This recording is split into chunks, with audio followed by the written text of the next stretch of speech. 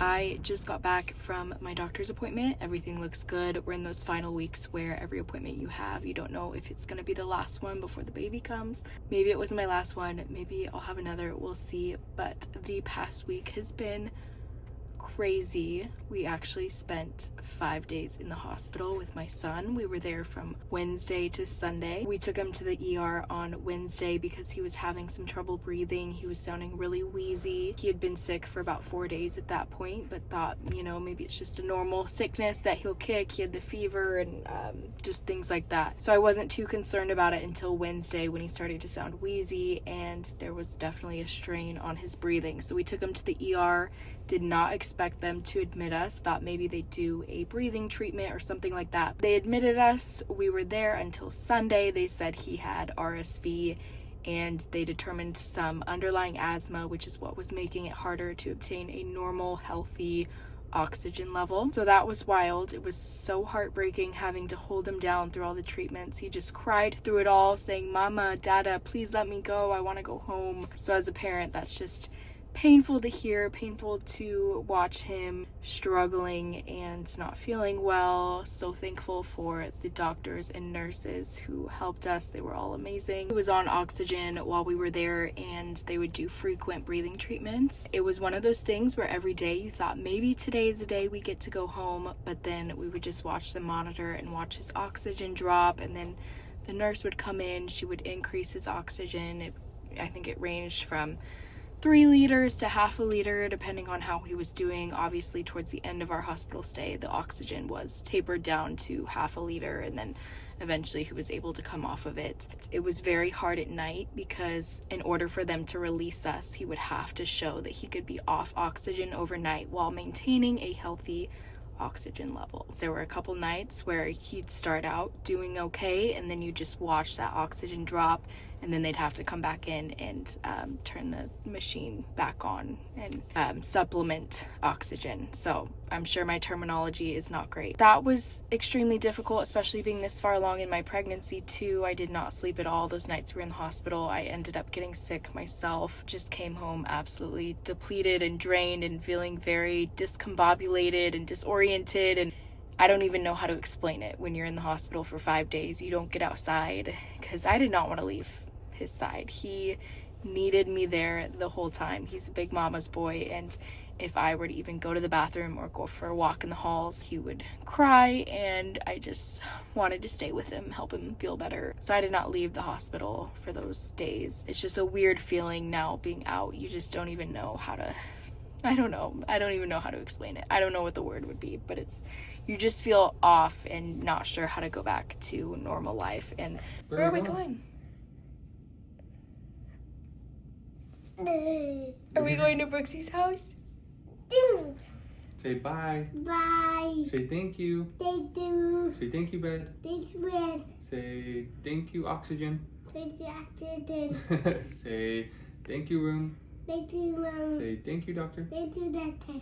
Say thank you, nurse. Thank you. Hospital. Say thank you. Thank you. Thank you.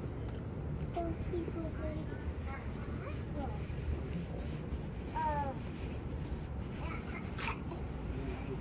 Even being released from the hospital, we were so happy to go home, but at the same time it was very sad because there are so many other kids who don't get to go home. They are still there fighting something. Nurses, doctors, and parents, you are heroes. And we've been home for a few days just recovering, trying to catch up on sleep. I've just been praying that the baby stays in a little bit longer so I can kind of just catch up on work and sleep and getting things prepared for her arrival. I also found out we have to move out of our house soon because the house we have been renting, our landlord decided he's going to sell it. We did a year-long lease in the house we've been in, and then after that we were going to sign a new lease. He was supposed to send it over. He never ended up sending us the new lease agreement to renew for a year.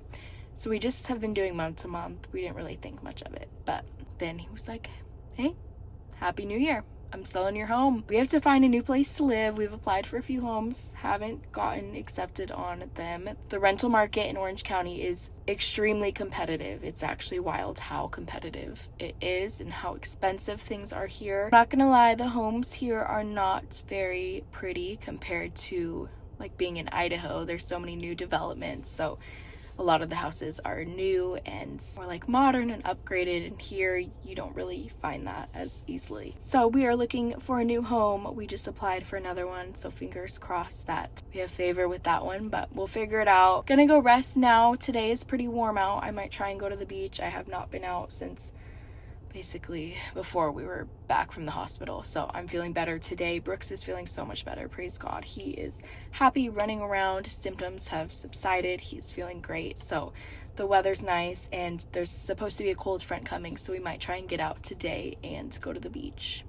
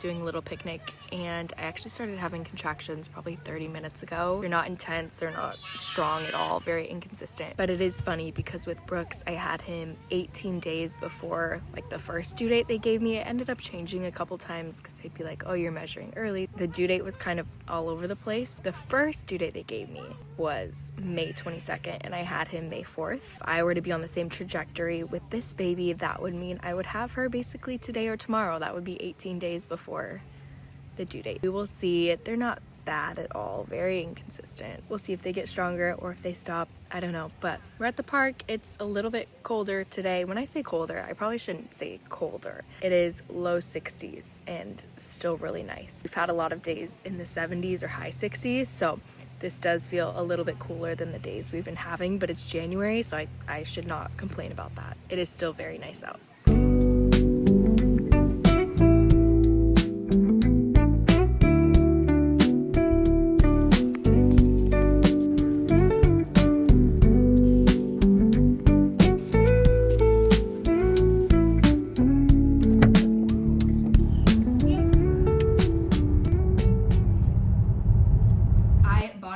From Amazon to try and figure out what I want my next diaper bag to be, because currently I have this small purse that I cram a couple diapers and a pack of wipes and maybe some snacks into, and then obviously like my wallet and keys and stuff like that. But I need something bigger because obviously with 2 kids now, I can't be using my tiny purse. Now when I had Brooks, I had a legitimate diaper bag backpack. It's the Dagny Dover, that one that's really popular. A lot of moms have it, but I don't love it. And I think because it's a backpack and I'm more of a tote, I like the width of this. So you open it and it's easier to see what's inside.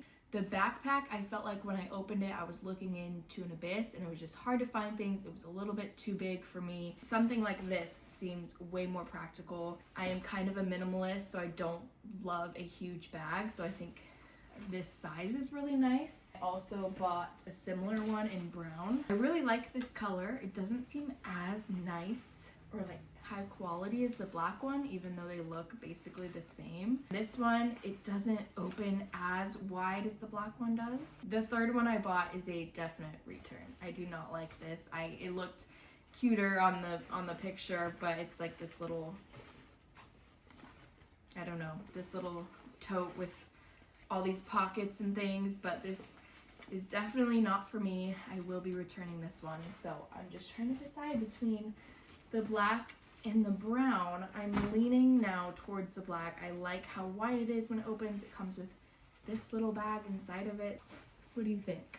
Other thing with this one is the strap's a little bit longer, so I like how this feels. It's a little shorter, and I don't like this length as much. So I think I've made up my mind. I think the black one is it, even though I really like this color.